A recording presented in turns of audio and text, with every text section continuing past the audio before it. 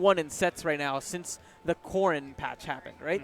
And with that in mind, even though Cosmos may have lost initially, adaptation in regards to on-stage play might make it so that Jason's going to be having a little bit less opportunities than he would have previously. But on top of that, whenever we look at the off-stage play, because Fox, aside from that side B, has to commit a little bit whenever they start their recovery. Yes. You take something like that combined with Corrin's amazing range on her aerials, and you have a skinned Fox. Yeah. Plain and simple. A skewered Fox. Skewered Fox. It's Shishka Fox.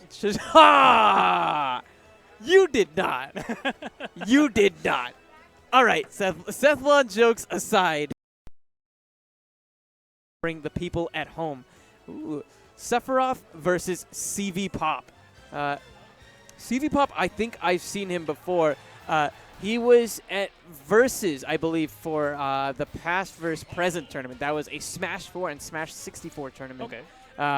And I remember seeing this kid. I was like, you're really young, but you don't play like you're young. A bit of a monster, and I think he's one of those folks, as you can see, because he's so young, probably isn't allowed to go to these tournaments because of bedtimes and whatnot. Right. But hey, spring break, school's out momentarily. It's not a school night anymore, and CV Pop is gracing the Shockwave stage for, I believe it's his first time. I can't be for sure.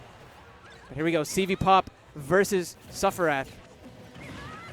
And already, right off the gate, getting those grabs, getting some decent follow-ups as well. But these early air dodges from Suferath have prevented a lot of follow-up opportunities that CV Pop is hoping to get. So maybe going forward, delay a second. Wait for the air dodge, and then punish. And we're seeing some of that being implemented by CV Pop right now. Yeah, I think actually if Diddy Kong does execute his combos properly, there should not be a window that he can air dodge out of. But Ness is kind of a weird weight, so it would be understandable if, CV Pop is not 100% comfortable comboing this character specifically.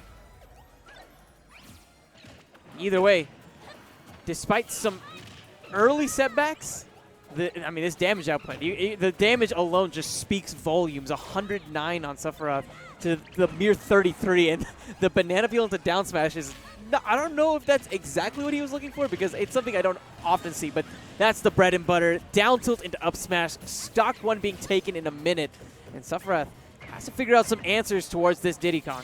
I actually really like the banana throw into down smash, because the F smash is a little weird in that sometimes your opponent can SDI hard enough that it won't connect with the second hit.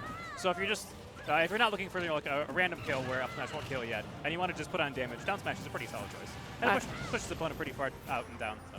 Hey, you're right, and he went for, I guess, that guaranteed damage, so the next time he got the down tilt, he could get the guaranteed kill. Speaking of potentially guaranteed kills, this just might be the final kill of this game. Suferath, 117%, fighting for his life. Ness has plenty of great tools whenever his feet are on the ground, whenever he has some stage beneath him, but as we can see, CV Pop just took all of that away from him. A commanding 2-stock in under 2 minutes. Yeah, very consistent damage output, very good follow-ups. After the first little flub off of the throws, kind of wheeled his strings back a little bit. Just a pretty simple banana into like 1 or 2 hit combos. Kept it nice and clean and kept getting those hits consistently. So that damage starts adding up over time. Man. This is what I'm talking about, man. I just love like the age range as far as talent goes, man. I'm thinking a lot about whenever I got flown out to Smash and Splash last year. Yeah. And I remember top 8 at that tournament had this player called Ganon the Beast. Okay. Really young kid. I think he was like either elementary school or middle school. It was like his second tournament. Wow. But that's the thing, you grind out against your brother or like players online long enough, and you might not be completely polished, but you can come out of nowhere and really, really shake some heads. Yeah, with the state of Wi-Fi especially, you can definitely be like a person who goes to actually 0 tournaments, but just plays against good people online and gets good through that, and then you just show up at a tournament, wreck face. Well, I'm sure CV Pop, he's probably seen a couple of Nesses, but how many Greninjas do you think he really sees online? Probably not that many. Not a particularly popular character. I don't know if it's different on the online landscape of character choice, because I don't really play too much online myself personally. But I can't imagine it's too much greater than what we see in normal tournaments, which is very, very, very few. In DFW, I guess we have Chaotix and also Gibbous, of course. being our primary Greninja mains. And Phenom has the Pocket Greninja as well. So the Frog is in full effect in the DFW area. But as far as online goes, most of the time I see a Greninja online, it's in the form of a Japanese Vine. Yes. And CV Pop so far hasn't found that same level of presence that he had in its first game against Ness. I was going to have to maybe change a couple of things up, but one thing that has been consistent are his knockdowns with the banana peel, as well as his conversions afterwards. That may have been one of the first times that he has whiffed a conversion after getting a knockdown with a peel. Yeah, I think that was actually the only singular one where he didn't get at least some hit afterwards. He didn't always get the best follow-up, whether because his opponent SDIing out of up smash, something like that. But yeah, pretty consistent damage output so far. Suferath, he's doing really well. Oh man, a bit of a heartbreaker that he wasn't able to collide fully with that up smash, but the up tilt keeping CV Pop juggled, keeping him above 100% here. Don't like that option to come in with a dare, and he's going to get punished with his first stock loss. Yeah, very nice partial charge from CV Pop, knowing exactly how long he has to get the follow-up afterwards, and taking the stock in pretty commanding fashion. This is the moment where Suferath, he has the lead. He had the percent lead for so long. But above everything else, he can't be playing very committal. He has to pick his options very wisely. And that time, F-Smash, well-spaced, is going to be able to take the stock. But still, having to make up 30% after that early error with the dare. Yeah, pretty crucial, especially because Suferath's damage output hasn't been too huge. He hasn't been going for falling nairs that you'll see a lot of Greninja start combos with. He hasn't been landing any of the downers he's been trying to do. So he's just been connecting with stray hits. And compared to the number of hits that CV Pop is getting, it's not too big of a disparity, but CV Pop's just doing so much more damage. That's right. In Punish, he's just so much stronger. Even there, what was that sequence? It's going to result in his death. I don't know if it was exactly what he wanted to do, but some would say we take those. Yeah, we definitely take those. Even the fist bump afterwards. Yeah, they're taking a minute, I think, to turn around and watch the hype cam, maybe, because that was just ridiculous. Yeah. So strange. Yeah, it looked like CV Pop might have been trying to charge the up B long enough for the Greninja F smash to finish and then punish, but Suferath also kept charging the F smash. Well, the one thing CV Pop definitely has going for him is the counter pick, and he's going to be taking Suferath to Town and City. Now, this to me makes a lot of sense, especially given how often we see CV Pop going for down tilts and up smashes as finishers. Yeah, that has been one of the finishes he's definitely got unlocked from those banana follow-ups.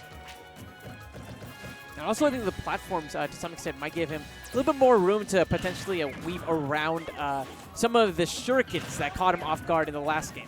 So possibly, yeah. So a variety of options. Hopefully, he's able to use all of them to go and walk away with this series. Game 3 on Town and City, and this is looking a lot like Game 1 on FD. Yes, it is. CV Pop getting so many of these follow-ups, lots of damage, sitting at a very comfortable 12% against his opponent's 118 now. Ooh, smart. he shadow sneaked out of the down tilt follow-up. That was weird. I actually didn't know you could do that. What will Greninja mains come up with next? Yep. Opponent sitting at 150% now. Lots of different ways CV Pop could be looking to finish the stock, and if he lands his banana, it definitely will be it. That's right. Suferath definitely has been finding the openings that he did in the previous game. And we can see that really paying off in dividends, or should I say in percents. 168 to 34. Trying to Shadow Sneak, but that time CV Pop in the perfect position to get the back throw, and it's in the perfect position to get the kill as well. One stock remaining for Suferath. Let's see if he can bring this game back. Catching the peanut. Not going to do a whole lot with it, but it's still a funny interaction. Yeah. Still always funny to watch that happen. Yeah, the Suferath, a lot of the options he's choosing are really committal options, and since they're not actually working out, like that right there isn't a particularly big reason for him to be, honestly doing that move in that situation. When you've got your opponent in a position where they're shielding and they're not even facing the right way, you can press any button, and there are lots of buttons you can press that would be safe on that sort of spacing, but the ones he's choosing definitely are not. And speaking of unsafe button presses, another dare that's going to be met with more punishment from CV Pop, who's hoping to lap Suferath here.